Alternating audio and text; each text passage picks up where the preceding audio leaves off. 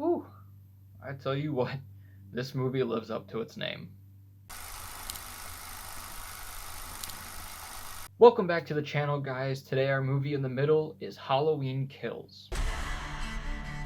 Halloween Kills is the sequel to the 2018 reboot in which Michael Myers shockingly lives and is now being hunted down by the entire town of Haddonfield. This once again stars Jamie Lee Curtis, Judy Greer, Andy Matichak, and also stars Anthony Michael Hall. Starting off with the highs, this movie is insane. I've only ever seen the original Halloween and then the 2018 one, and both of those are pretty violent. But this is the one that they were like, we're gonna go balls to the wall with it.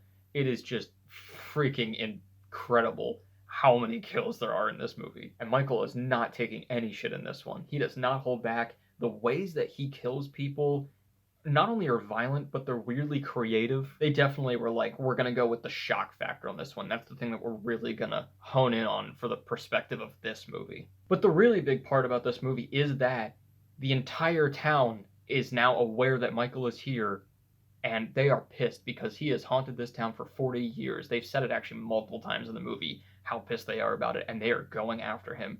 And honestly, that was really cool. We've had so many of the movies where Michael is there, nobody knows it, and he's slowly, silently killing everybody throughout the town. And those are great, and it's creepy, and that's what Halloween is. But if you're gonna make like a 10th movie, this is what you do with it. I think one of the other movies has done this before, but I haven't seen that one. But I did see this one, and the concept of them all hunting him is awesome. Like, they break up into groups and factions, they get their weapons, and they're like, we're just going for it. And this is all taking place in the same night as the first Halloween in 2018. So that's a really long night. And I was honestly pretty impressed with how they were able to pace all of these different groups of people, especially considering we really didn't meet any of them until this movie. There are like probably 3 or 4 different groups that I can think of that go out to hunt Michael, and the way that they introduce them very quickly, but enough that we know who they are, and then are able to pace all of them, that was pretty impressive, to be honest. I was kind of surprised how well I was able to like know all of these people and be attached to them. It also helps that they make it kind of meaningful because a lot of the characters are people that they kind of bring back from some of the original movies. I won't say who, but it was kind of cool because they kind of harken back to that, which made it a little bit more meaningful. Anthony Michael Hall is one of the people who is going against Michael, and he's actually one of the main ones because he's sort of leading the charge here. Like, he's a really great motivational speaker, and he leads everybody in this group hunt turned riot kind of thing. And he was really great because he was just such a good character. He's like seen this before because he's lived in Haddonfield, so he's known about this legend. And he was such a good character to rally everybody. He was really good. I liked him in this a lot. And even Judy Greer's character, every time I see her, I feel like she's about to cry instantly, no matter what movie I see her in. And in 2018, I was like, she's kind of a nuisance, and then she steps up. And then I kind of forgot about that because in this one, she feels like kind of a nuisance again. She feels kind of annoying in the beginning again. But then, once again, she steps up.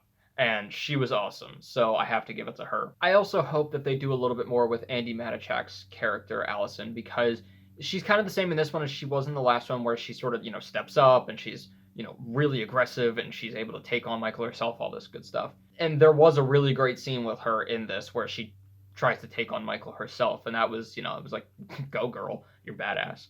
But I hope that they do more with her in the next one.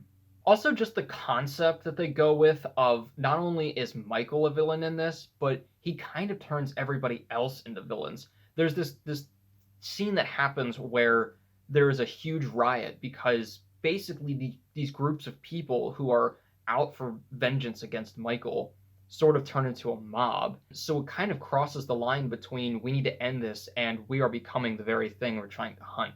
That was a really great perspective to go with for this one. I thought that was a really genius idea. Oddly enough, one of the lows is Jamie Lee Curtis. Not that she did a bad job or anything, like she's always great, but she's really not in this movie. I think what they're trying to do is that the first one was kind of a reboot with these same characters.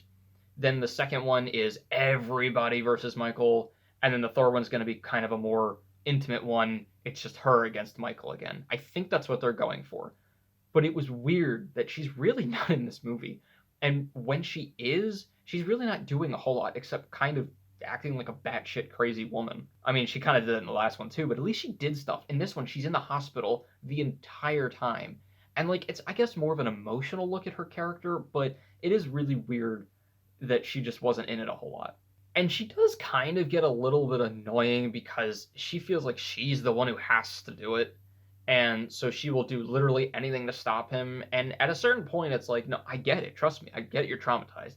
And, I get that you have like this connection with him or whatever. But there are other people out here. You're not the only one who knows that Michael exists. Jill. Also, the beginning and the ending kind of bookend with lows. It's weird because the beginning it's a little slower. It's a flashback, but it takes a really long time. The writing and acting is not great in the beginning. It gets better from there. I definitely didn't think it started off at a great point, and then it kind of built up, and then I was really into it. So it does definitely get better. And then the ending, while I don't think it was weak or poorly acted or anything, I just have a major problem with it.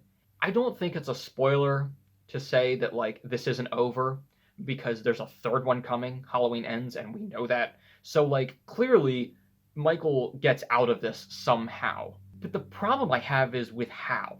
I can't go into it. Obviously, it is a really awesome ending. I'll give him that. It was really cool.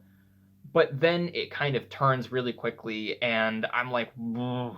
The problem I have with Michael Myers is that he has never been clearly defined, like ever. We don't know if he's a man or if he's some demon or whatever. I know the idea is that he's supposed to be the essence of pure evil. I get that.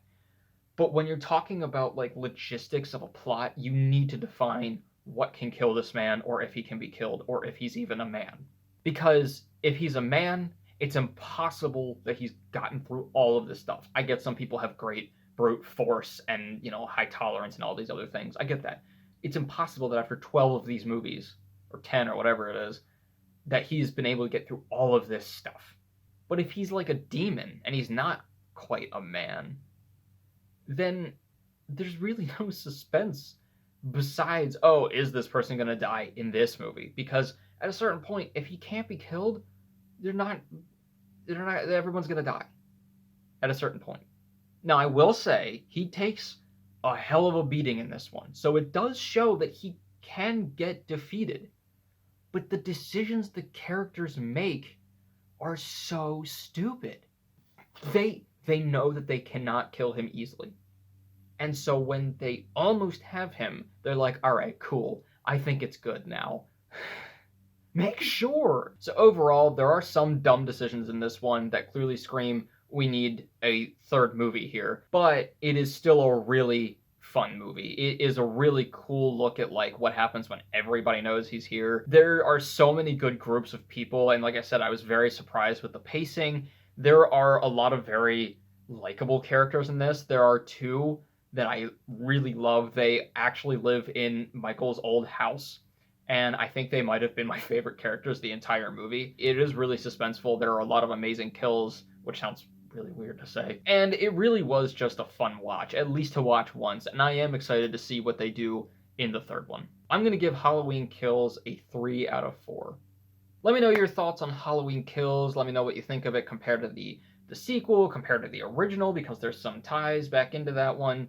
Just let me know your thoughts overall, and as always, keep your hopes high, your stress low, and Halloween right in the middle. I'll see you guys later.